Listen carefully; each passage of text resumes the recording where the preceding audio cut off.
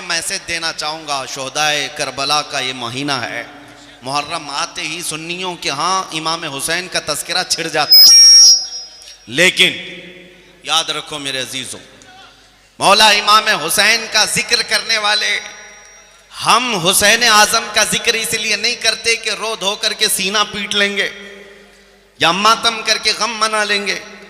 गम होना फितरी बात है, लेकिन मेरा ये मिशन है, मैं करबला की दास्तान सुनाता हूं तो इस नीयत से सुनाता हूं कि 80 साल का बूढ़ा भी सुन ले तो 25 साल की जवानी उसके अंदर आ जाए। हुसैन आजम का तज़किरा रोने धोने के लिए नहीं है, मुजाहिद इस्लाम बनने के लिए है। हर साल हम मुहर्रम की तारीखों में ये तज़किरे करबला के इसलिए सुनाते हैं, मुसलमानों अपने दिलों से खौफ निकालो।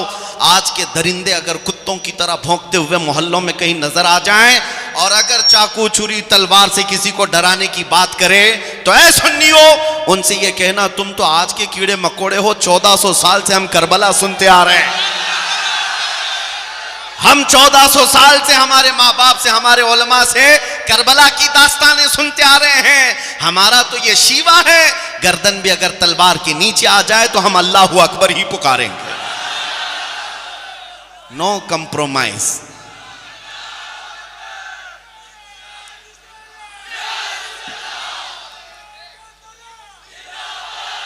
जो मैसेज मुझे देना है वो ये है, अब तवज्जो से सुन ले। अल्लाह कुरान में फरमाता है वजाहिदू फिल्लाहि हक़्क़ जिहादी हुवा जितबाकुम। अल्लाह की राह में जो तुम्हें कोशिश करनी है उसका हक अदा करो। अल्लाह ताला ने तुम्हें चुन लिया है, अल्लाह ने तुम्हें चुन लिया है। और आपको मैं ये बताना चाहूंगा कि तुम्हें ये प्राउड फील होना चाहिए, तुम्हारे अंदर फख्र होना चाहिए कि मैं मुसलमान हूं।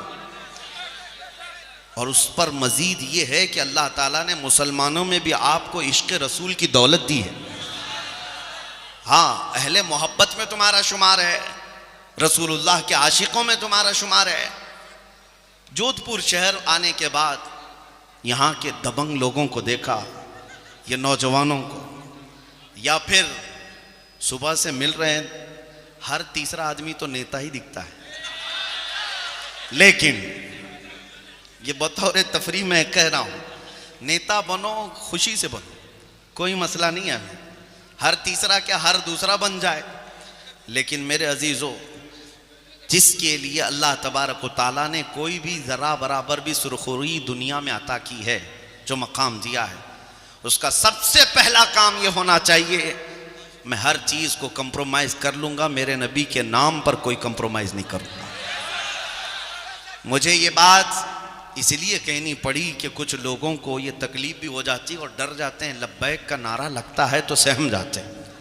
प्रशासन की निगाहें हमारी तरफ होंगी, लोगों को ऐसा लगने लगेगा कि ये कौन सी जमात आ गई, ये पड़ोस मुल्क का नारा है। नहीं मेरे अजीज़ों, मेरे मुस्तफ़ा किसी पाकिस्तान के ही नहीं हैं। नबी करीम सल्लल्लाहु ताला अलैहि वसल्लम का नाम पूरी कायनात के लिए आबरू है। आबरूए मां सनाम मुस्तफ़ा, मेरे रसूल पाक सल्लल्लाहु अलैहि वसल्लम की मुताल्लिक इकबाल ये कहता है, हम सब की इज्जत व आबरू मुस्तफ़ा के नाम से वाबस्ता। डर और खौफ के साथ हुजूर की बात करने में कभी इस तरह झिझकना नहीं चाहिए।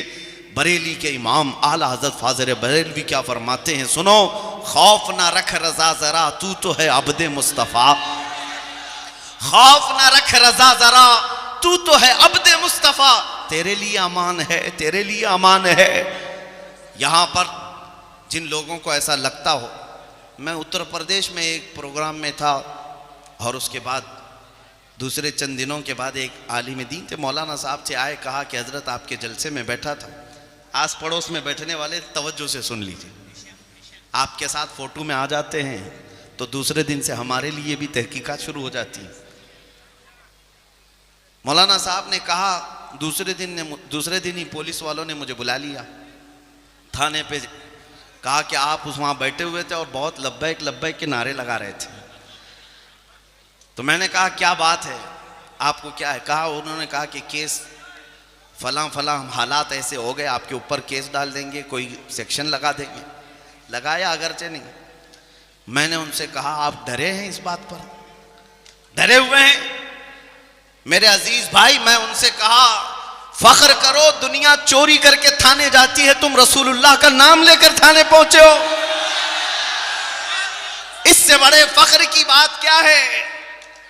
तुम नबी पाक सल्लल्लाहु अलैहि वसल्लम का नाम लेकर पहुंचे हो।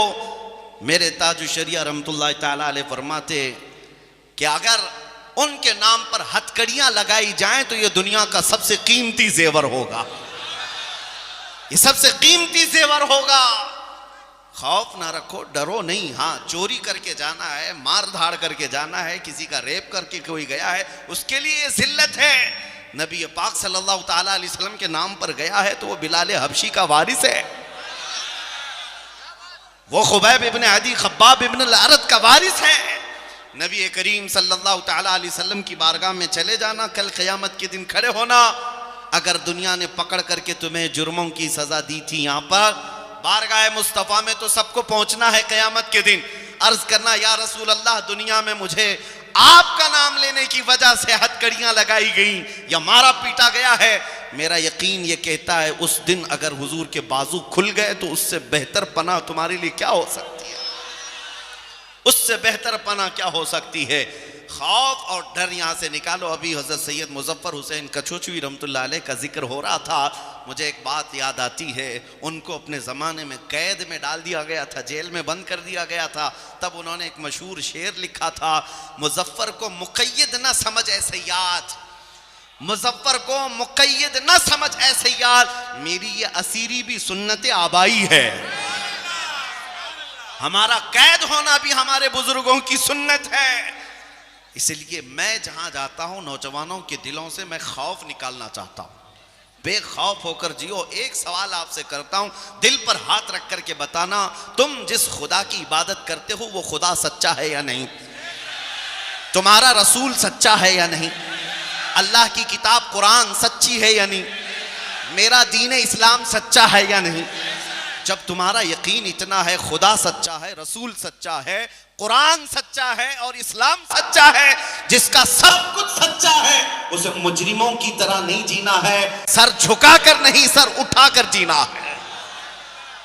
डरे वो जिसका वाबस्तगी, जिसकी वाबस्तगी किसी मुजरिम कौम से है, तुम्हारा ताल्लुक मुजरिम कौम से नहीं।